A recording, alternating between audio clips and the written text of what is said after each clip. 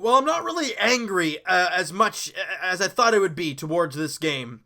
Raptors lose 110-106 to the Indiana Pacers on the road, second night of a back-to-back, no Kawhi Leonard.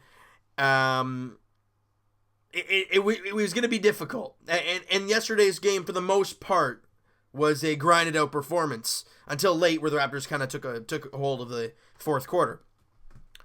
And this game, in the second night of a back-to-back, you usually see the team start out well, and you usually see them fizzle out near the end. Well, today it was the opposite. The Raptors got it rolling. They didn't have it rolling early on. They couldn't make their shots. Now, Indiana couldn't either. However, at the end of the first quarter, it's 24-16 Indiana. So the Raptors, -8 after one quarter, and you got to remember you're on the second night of a back-to-back, and you're short-benched. No Chris Boucher there today as well. So you have Monroe and Ibaka, and to be honest, Greg Monroe was a very big liability there today. So who else did you have? I mean, it was going to be a tough one because obviously Miles Turner and Thaddeus Young are two amazing, amazing players. So you knew it was going to be difficult. And yes, in the third quarter, second quarter? I think it was the second quarter, Victor Oladipo chasing down a ball with Siakam. I think Lowry tried to fire it up to Siakam. Oladipo goes down awkwardly, and you see that leg and that knee. It's not good. He doesn't move. I'm assuming he just looks at his knee and kind of thinks to himself, oh, guys, you guys know what I'm probably thinking. And everybody in the building's like, oh my goodness, because that's basically like us losing Kawhi Leonard, guys. All the prayers go out to Victor Oladipo. I mean, you never want to see that towards any player, no matter who it is. It could be Paul Pierce against the Raptors. We all hated him. But you never want to see something like that. Especially against a guy like Oladipo. I mean, the guy's been grinding his entire career. He's found a home in Indiana. The team's third place in the Eastern Conference. He's playing well. The team's playing well, and you see that.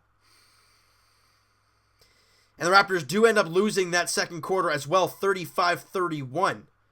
So you're -12 going into halftime. So you don't play well in the first half. Now you got to find the legs in the second half to try and crawl back into this game. Now the Raptors actually win the third quarter by 3, but you're still down 9 heading into the fourth quarter. Again, second night of a back-to-back. The legs are just dying. You see, every time each team was at the free throw line, you just saw all the Raptors guys, hands on their knees, just out of gas. Now, it was going to be a grind of it out fourth quarter. Raptors actually won the fourth quarter by 5, but it was too little too late. And somebody I want to talk about in this fourth quarter, Fred VanVleet. He was terrible. What did he do tonight? I don't even know his stat line. What did he gave you 14 points? Yeah, he shot 5 of 14 and 2 of 6 from 3. He was a -9 on the floor. But it's the big situations that I have a problem with. I watched him in the later parts of that game. That name was Darren Collison had the ball. And Fred VanVleet just giving him the space to shoot it. And he's playing pass, so he's off to the side. Collison just takes the shot and makes it. Fred, you want to actually go up against him? And then the next play, he comes down, wide open 3, misses it. I'm going to be honest, guys. I would have not been opposed to having Norman Powell on the floor instead of Fred VanVleet. Powell had 12 on 4 of 9 shooting, 3 of 6 from 3. I thought he was great again tonight. Obviously in double figures again in only 20 minutes. That's something I think this Raptor team should look at. Yes, Fred VanVleet ain't bad at times, but Norman Powell has been the more effective one. So when you don't have Kawhi Leonard and you need to go that type of setup, would not be opposed to putting Norman Powell out there at all. But that's just me saying things, right? I mean, nothing's going to really happen after that. The Raptors do get quite a few guys in double figures, though. Siakam, 16 points, 9 rebounds, 4 assists, but he shot 5 of 16. Problem. Danny Green, 10 points, 5 boards, 3 dimes. He knocks down 2 of 8 from 3. Not very good from Danny there. 3 of 9 from the field. Ibaka, I thought he was pretty good. 23 points, 11 rebounds, 3 assists on 11 of 19 shooting. He also had 3 blocks in the game today. Lowry, can people please now be quiet? He had 20 points, 5 rebounds, 6 assists. Yeah, he shot 6 of 13, which is just a shade under 50%, but he shot 3 of 8 from 3. Yeah, for the most part, it was better than that. But he made 3 threes. He's been consistent now of knocking down 2 or more. And he had 20. So I was happy with Lowry's game tonight. He did a lot of great things. CJ Miles only played 12 minutes. Had some chances. Look, we were all waiting for this to happen. We were happy with the 3 games, and we thought to ourselves there might be a sliver of hope. I mean, it is one game, I guess, right? But 12 minutes, he had 6 points on 2 of 6 shooting, and he was 1 of 4 from 3. I mean, he was plus 7 on the floor.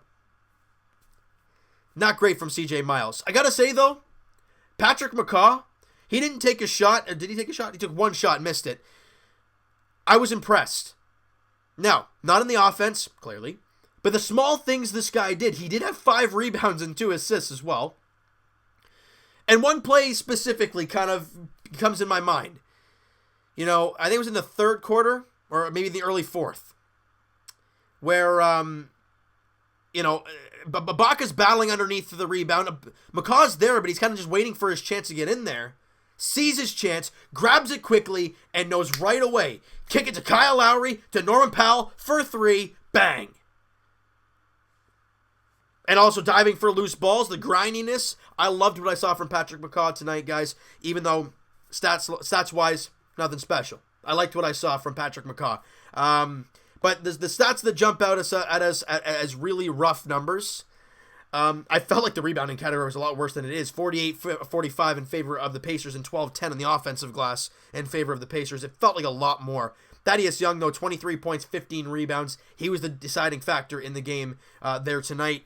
27 assists for the Raptors. Problem, I think, were turnovers, though. We're only 9 turnovers, guys. 9 turnovers from, the Toronto Raptors, which isn't bad usually. But the problem, the Raptors just, look. They didn't get the job done when they needed to. When they made their little run, right? Because this game was like kind of back and forth from 10 to 5 to 10 to 5 to 10 to 5.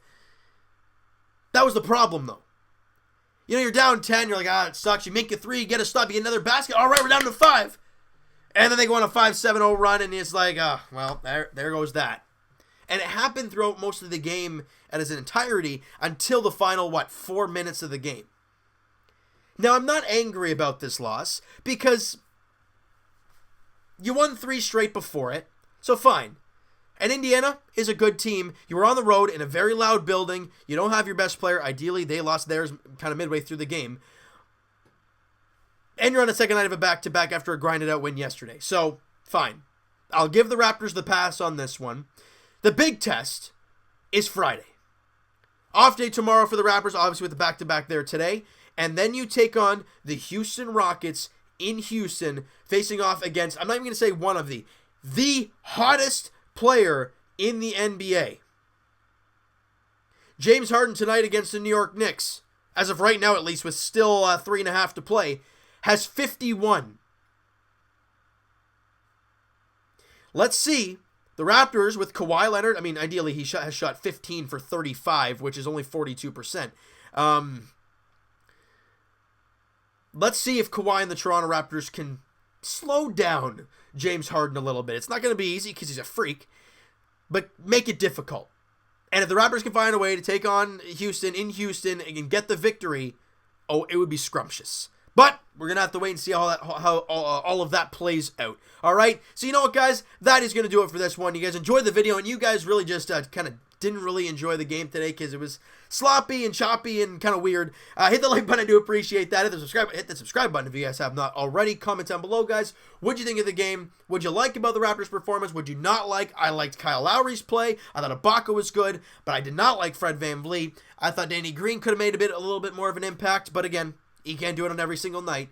But what are your positives? What are your negatives for you to take away from this game? And what are your expectations for Friday against the Beard in James Harden in Houston at 8 p.m.? All right? So, guys, I want to hear your guys' opinion. And if you did not listen to the podcast, links are in the description for the podcast channel and for the podcast itself on iTunes, guys.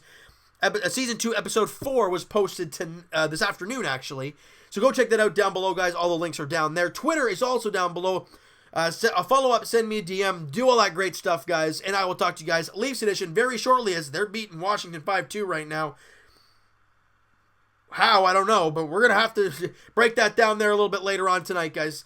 And as for the Toronto Raptors, as we said, they will be taking on James Harden and the Houston Rockets on Friday night, 8 p.m. tip-off. They're in Houston, Texas, as the Raps look to get back into the win column after tonight's tough loss. It's a grindy stretch the next little while for the Raps, and it all starts, well, it started really tonight, but you got to take on a good home team in the Houston Rockets and find a way to slow down James Harden. It's not easy, but I hope you guys enjoyed this video. We'll talk to you guys then.